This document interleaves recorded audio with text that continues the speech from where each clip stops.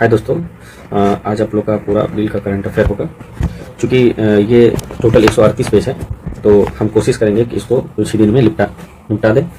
तो चलिए बिना किसी देरी का हम स्टार्ट करते हैं। याद रखिएगा कि वन लाइनर नहीं है, इसका जो है कुछ इंपॉर्टेंट पार्ट है जो कि हमें कवर करना है। अगर कोई एक टॉपिक है तो उससे रिलेटेड पूरा उसका जो है विवरण है, क्योंकि आजकल जो भी एग्जाम आपका हो रहा है वो आपका सिर्फ वन लाइनर से रिलेटेड नहीं है, आपको उसके बारे में पूरा जानकारी होना चाहिए, करंट अफेयर का स्पेशली। तो हम लोग जो है इस बार आज अप्रैल का पूरा करंट अफेयर करते हैं, फिर हम लोग जो है कुछ दिन में मार्च करेंगे, ठीक है। और फिर हम लोग आने वाला मई तब तक खत्म हो जाएगा तो मई का कर लेंगे। तो 3 महीना का करंट अफेयर आपका जो है मजबूत होना चाहिए, पॉइंट टू पॉइंट। तो चलिए हम लोग स्टार्ट करते हैं। तो आपका है कि हाल ही में संसद, क्या लिखा हुआ कि हाल ही में संसद के दोनों सदनों, खैर हाल ही में संसद के दोनों सदनों में जन विश्वास विधेयक 2026 पारित हुआ। ठीक है, क्या हुआ? जन विश्वास विधेयक 2026। विधेयक के प्रावधानों के अनुसार क्या है, 23 मंत्रालय द्वारा प्रसारित 79 केंद्र अधिनियम के 784 प्रावधानों को क्या किया, संशोधन किया गया। याद रखिए कितना, 784 प्रावधानों को संशोधन किया गया। अब जो है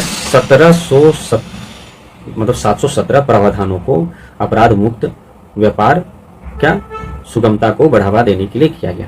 ठीक है, जबकि 67 जो है आपका 67 प्रावधानों में संशोधन जीवन सुगमता को सुगम बनाने के लिए किया गया। ठीक है, तो इस चीज का आपको याद रखना है। ठीक है, याद रखिएगा जो इंपॉर्टेंट है वही हम इसका डिस्कस करेंगे। जैसे कि जन विश्वास विधेयक क्या है, जन विश्वास विधेयक भारत सरकार, याद रखिए भारत सरकार की क्या है, ये एज ऑफ डूइंग बिजनेस और क्या एज ऑफ लिविंग की क्या है दिशा में एक क्रांतिकारी कदम है। तो याद रखिएगा। अब जो है इसमें जब हम पढ़े तो इसमें जो इम्पोर्टेंट है वो आपको याद रखना है। जैसे कि अगर आपसे पूछेगा कि भैया बताइए पर्यावरण अधिनियम कब पारित हुआ, तो 1986। फिर वायु याद रखिएगा 1981 और पर जल प्रदूषण 1974 में आया। ठीक है, जल 1974 में। फिर आपका यहाँ पे पेटेंट अधिनियम जो है याद रखिएगा आपका भारतीय पेटेंट अधिनियम आपका 1970 को। ठीक है, अगर कंपनी अधिनियम की बात करेगा तो आप क्या बोलिएगा, 2013 कंपनी अधिनियम 2013। प्रेस और पुस्तक पंजीकरण अधिनियम की बात करेगा तो आप क्या बोलोगे 1867। कब? 1867। ठीक है, ज्यादा नहीं पढ़ना है, लेकिन पढ़ना वही है जो इंपॉर्टेंट है। अगर बोलेगा कि भैया आईटी अधिनियम 2000 कब आया, तो याद रखिएगा आईटी अधिनियम जो है आपका 2000 में आया। ठीक है, फसाई का जो स्थापना हुआ, फसाई याद रखिए ये 2006 में। ठीक है, और डाकघर अधिनियम क्या है, डाकघर अधिनियम ये आपका कब आया, तो याद रखिएगा ये आपका क्या है, काटने दीजिए एक मिनट, सॉरी, डाकघर अधिनियम आपका कब आया, 1898। कब आया, 1898। ठीक है, रेलवे अधिनियम की बात करेगा तो वो 1989। तो इस समय क्या है ना कि सजा के प्रावधान को थोड़ा कम किया गया। ठीक है, और कुछ नहीं है, बाकी ये सब आपको याद नहीं रखना है फिलहाल। ठीक है, जो इंपॉर्टेंट है वही आपको बता रहे हैं। चलिए अब जो है याद रखिएगा कि त्रिपुरा का सेपाहीजाला, क्या सेपाहीजाला भारत का श्रेष्ठ जिला पंचायत घोषित किया गया। तो भारत का श्रेष्ठ जिला पंचायत आपका क्या है, तो याद रखिएगा आपका क्या है, सेपीहीजाला। त्रिपुरा का क्या, सेपीहीजाला जिला 2025 के लिए भारत का सर्वश्रेष्ठ जिला जो है आपका घोषित हुआ। जिला पंचायत घोषित हुआ। केंद्र पंचायत राज मंत्रालय द्वारा घोषित इस राष्ट्रीय पुरस्कार में जिले को प्रथम स्थान मिला। तो इसको सेपाहीजाला जो आपका त्रिपुरा का है, इसको प्रथम स्थान मिला, जिसके तहत इसे 5 करोड़ की पुरस्कार राशि मिली। यह कहाँ है, त्रिपुरा का एक बड़ी उपलब्धि है। सॉरी, यह त्रिपुरा में तो है लेकिन एक बड़ी उपलब्धि है त्रिपुरा के लिए, जो राज्य में पंचायती राज व्यवस्था की मजबूती को दर्शाता है। ठीक है, याद रखें। चलिए पुरस्कार के बारे में हम जान लेते हैं कि ये जो है आपका नानाजी देशमुख सर्वोत्तम पंचायत सतत विकास पुरस्कार 2025। इस पुरस्कार का नाम है नानाजी देशमुख सर्वोत्तम पंचायत सतत विकास। ठीक है, पुरस्कार जो है आपका क्या, जमीनी स्तर पर शासन, विकास, स्वास्थ्य और सतत लक्ष्यों की प्राप्ति में बेहतर काम के लिए दिया गया। सेपी, याद रखिएगा सेपी ही जाला जिले के बाल विवाह मुक्त बनाने की आकांक्षा रखने वाले गांव को घोषित करने और पंचायत स्तर पर उल्लेखनीय कार्य किया गया। ठीक है, अब सीपी हिजाला के साथ साथ याद रखिएगा त्रिपुरा का कांचाबाड़ी ग्राम पंचायत, क्या बोलेगा, कांचाबाड़ी ग्राम पंचायत स्वास्थ्य हितैषी श्रेणी में शीर्ष स्थान प्राप्त किया। मैकुटपुर महिला हितैषी श्रेणी में तीसरा स्थान आपका कौन हासिल किया? बैकुंठपुर। किस श्रेणी में? तो महिला हितैषी श्रेणी में। त्रिपुरा के मुख्यमंत्री याद रखिएगा कौन है? डॉक्टर मानिक शाह। और इस सफलता को खुशी जताते हुए राज्य में जमीनी स्तर पर किसान और ग्रामीण विकास की मजबूती का प्रमाण बताया। चलिए आगे बढ़ते हैं।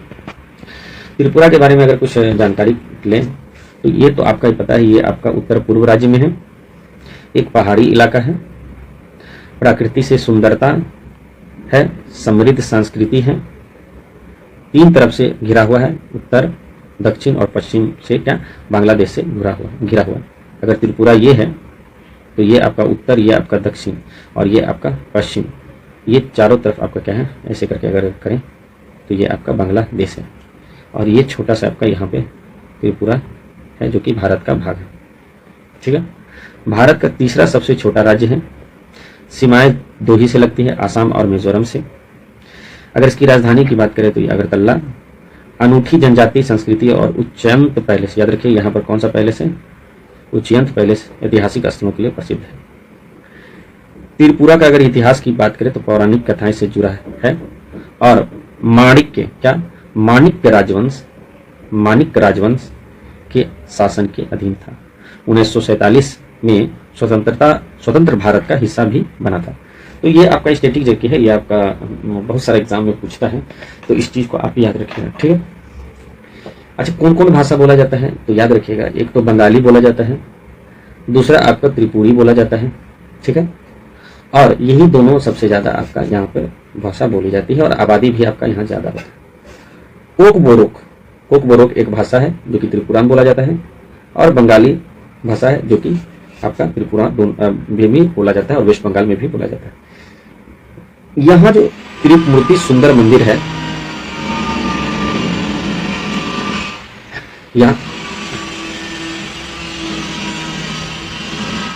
यहाँ स्थित त्रिपुरा सुंदरी मंदिर उदयपुर में जो है 51 शक्तिपीठों में से एक है। याद रखिएगा बहुत इंपॉर्टेंट है, जो कि हिंदुओं का एक प्रमुख तीर्थ है। होजीगिरी मोस्ट इंपॉर्टेंट, आपसे पूछ सकता है कि भैया होजीगिरी क्या है? होजीगिरी यहाँ प्रसिद्ध लोक नृत्य है और ये कहाँ डांस किया जाता है? त्रिपुरा में। अगर राष्ट्रीय पशु की बात करें तो राष्ट्रीय पशु आपका क्या है? फेयर लंगूर। क्या है? फेयर लंगूर। ठीक है, त्रिपुरा की सबसे प्रमुख और सबसे बड़ी नदी गोमती है। गोमती थ्री मतलब त्रिपुरा, ऐसे करके याद रखें। और मेघना की सहायक नदी भी है त्रिपुरा, जिस राज्य की जीवन रेखा भी कहा जाता है। कौन? गोमती नदी को त्रिपुरा की जीवन रेखा बोला जाता है। उसी प्रकार जिस प्रकार बिहार में जो आपका है गंगा को जीवन रेखा बोला जाता है और आपका कह सकते हैं मध्य प्रदेश में नर्मदा को बोला जा सकता है। ये सब आपका है। वर्तमान में जो है त्रिपुरा के जो मुख्यमंत्री हैं वो डॉक्टर मानिक शाह है, ये तो आपको पता है, अभी जस्ट पहले बताए थे। और राज्यपाल की बात करें तो इंद्रसेन रेड्डी नल्लू। चलिए अब जो है आया आपका साधना 2026। क्या भैया साधना 2026? तो याद रखिएगा साधना 2026, इसको मिटाया जाए। इसी रोज तुमसे साधना 2026 आपका क्या है तो याद रखिएगा ऐसे स्टार्टिंग में मिशन कर्मयोगी के माध्यम से प्रशासनिक सुधार की नई पहल। देखिए मिशन कर्मयोगी बस सिंपल वे में जानिए कि मिशन कर्मयोगी में जो भी सरकारी जो वर्कर है, जो आपका जिसको नौकरी लगा हुआ है सरकारी, चाहे वो भारत सरकार चाहे रेलवे सरकार चाहे सेंट्रल में हो, तो ये सब के लिए मिशन कर्मयोगी आपका आया, क्योंकि कुछ एक नया कुछ ऐसा चीज करता है जिससे लोगों के बीच एक जो है ना पॉजिटिविटी आएगा। हाँ हमारे लिए सरकार का कर्मचारी भी हमारे लिए बहुत कुछ करता है। चलिए हाल ही में मिशन कर्मयोगी क्या है? मिशन कर्मयोगी 5 वर्ष पूरा किया। कितना वर्ष? 5 वर्ष पूरा किया। 2 अप्रैल से 8 अप्रैल याद रखिएगा, ये दिल्ली में हो रहा है। 8 अप्रैल को राष्ट्रव्यापी साधना सप्ताह ये बहुत इंपॉर्टेंट है। साधना सप्ताह का आयोजन किया गया। इसका मुख्य उद्देश्य क्या है कि सरकारी, बोलिए सरकारी कर्मचारी को की क्या करें, क्षमता निर्माण कर उन्हें भविष्य की चुनौती के लिए तैयार किया जाए कि हाँ भाई भविष्य में तुम जो है सरकारी कर्मचारी हो, भविष्य में कुछ अच्छा काम करोगे। सॉरी, मुख्य उद्देश्य क्या है, विजन क्या है भाई, विजन क्या है? तो यह पहल का प्रथम लक्ष्य शासन को अधिक नागरिक केंद्रित करना, पारदर्शी करना और कुशल बनाना। मतलब नागरिक के लिए नागरिक केंद्रित, मतलब नागरिक जो चाहता है या नागरिक को कभी परेशानी ना हो, या नागरिक कहे कि हाँ कर्मचारी हमारे लिए कुछ कर रहा है। तो इसके अंतर्गत क्या है कि सरकारी कर्मचारी में सेवा भाव बना रहे। कभी कभी सुनते हैं मे आई हेल्प यू, इसका मतलब है कि सामने वाला हमारा मदद करना चाहता है। सेवा भाव में है जो भी कर्मचारी है, जैसे कि अगर कोई देख लेते हैं कोई कर्मचारी चाहे एसडीएम हो, चाहे रेलवे में कोई एम्प्लॉय हो, तो वो सब अगर इज्जत से किसी ग्राहक जो भी आपका जो आम नागरिक है उनसे अगर इज्जत से बात करता है तो उसे अच्छा लगता है। तो कहीं ना कहीं प्रेम भावना है, सेवा भावना की बात है। एआई, आर्टिफिशियल इंटेलिजेंस और अन्य उभरती प्रौद्योगिकियों के उपयोग में दक्षता लाना। मतलब ये जो एआई आजकल तो एआई का जो जमाना है, ऊपर से टेक्नोलॉजी बहुत डेवलप है, तो ये सब जो है आपका इससे क्या होगा, इसका विजन है। आई गॉट मतलब इंटीग्रेटेड गवर्नमेंट ऑनलाइन ट्रेनिंग। क्या है भाई, प्लेटफॉर्म के माध्यम से सतत सीखने की संस्कृति को बढ़ाना। तो लगातार सीखने की संस्कृति को ये बढ़ाता है, ये आप याद रखिएगा। चलिए और क्या है, चल